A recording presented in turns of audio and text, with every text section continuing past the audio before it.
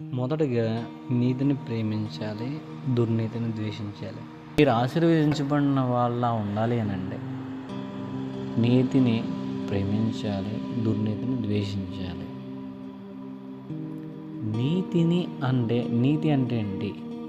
మొదటగా ఈ విషయం మనం అధ్యయనం చేద్దాం. దుర్నీతి అంటే ఏంటి చూద్దాం. ఒక ఒప్పందానికి ముడిపడి ఉన్నాం. ఇచ్చిన మాట తప్పకుండా నిలబడడం, నిజాయితీగా ఇచ్చిన మాటనే తప్పకుండా నిలబడడం. సరే, ఇప్పుడు ఇచ్చిన మాట ఒక నిబంధన అని అంటే ఏంటంటే, ఒకటి రాజులకు ఒక నిబంధన ఉంటుంది, రాజులకు ఒక నీతి ఉంటుంది, రాజనీతి ఉంటుంది. అలాగే దేవునికి మనకి మధ్యన ఒక నిబంధన ఉంటుంది. ఆ నిబంధన దేవునికి మనకి మధ్యన నిబంధన వేరు, ఈ లోకంలో రాజులకు ఉండే నిబంధన వేరు. అయితే ఏ నీతిని మనం అనుసరించాలి అంటే ఈ లోక నీతిని కాదు, దేవుని నీతిని మనం అనుసరించాలి. దేవుని నీతి ఎక్కడ ఉందంటే మన పరిశుద్ధ గ్రంథంలో, బైబిల్లో రాయబడింది. అందులో మనం ఆయన నీతిని వెతకొచ్చు. ఆయన ఎలా ఉంటాడు, ఆయన నీతి ఏంటి, ఆయన మనకి ఒప్పందం చేశాడు. మనకు ఆ ఒప్పందంలో మన మాట కానీ మన ప్రవర్తన కానీ అన్నిటిలోనూ ఆ ఒప్పందం తగ్గట్టు ఉంటే మనం ఇచ్చిన మాటకి నిలబెట్టుకోవడం నీతిమంతుల లక్షణం. మనం ఎవరికైనా మాట ఇచ్చి మాట తప్పితే అది నీతి లక్షణం కాదు. నీతి అంటే మన ఇచ్చిన మాట నిలబెట్టుకోవడం. నీతి అనడానికి సాదృశ్యం. మన పెదవులు కూడా నీతి అంటే ఇచ్చిన మాట తప్పనట్టుగా ఉండాలి.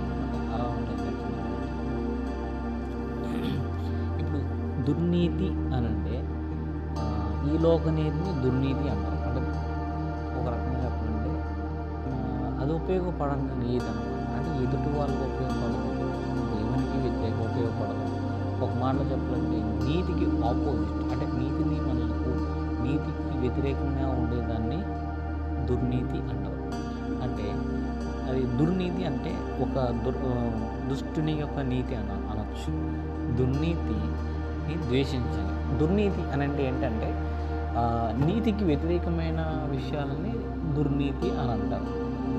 నీతి అనంగా ఇచ్చిన మాట తప్పడం దుర్నీతి.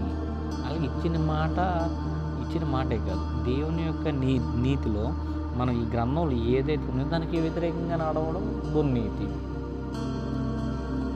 అలా మనం ఉన్నట్లయితే దేవుడు ఏం చేస్తాడంటే నిన్ను హెచ్చిస్తాడు, ఆనందంతో నింపుతాడు. అయితే ఆనందంతో నింపేవాడు ఎవరు, నిన్ను హెచ్చించేవాడు ఎవరు అనంటే దేనికైనా ఒక ఆధారం కలిగిన ఒక వ్యక్తి ఉండాలి. నువ్వు నీతిగా ఉంటున్నావంటే దానికి ఆధారం ఎవరు? నువ్వు ఆనందంగా ఉండాలంటే దానికి ఆధారం ఎవరు? ఆనందం అనేది మన హృదయంలో పుట్టించడానికి ఒక సబ్జెక్టు మన తర్వాత మాట్లాడుకుందాం. అయితే నిన్ను హెచ్చించాలి అని అంటే అది ఎవరు హెచ్చిస్తారు? నీ అందరికి నువ్వు హెచ్చించుకుంటావు సహజంగా. అయితే నిన్ను హెచ్చించడానికి ఒక ఆయన కూడా ఉన్నాడు.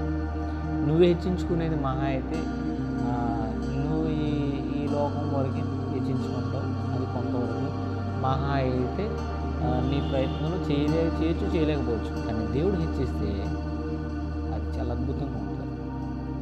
సరే, ఒకవేళ నువ్వు నీతిగా ఉంటే దానికి ఆధారం ఒకరు ఉండాలి కదా. ఇప్పుడు నువ్వు మంచి పని చేస్తున్నావు అని అంటే ఆ మంచికి ఒక ఆధారం అంటూ ఒకటి ఉండాలి. ఎవరు ఆధారం? దేన్ని బట్టి ఆధారం? నీ నీతికి ఆధారం ఏముంది? నీ మంచితనానికి ఆధారం ఉంది. దాన్ని వెతకడానికి ప్రయత్నించి మీకే సమాధానం దొరుకుతాయి. దేవుడు మిమ్మల్ని దీవించి ఆశీర్వదించును గాక.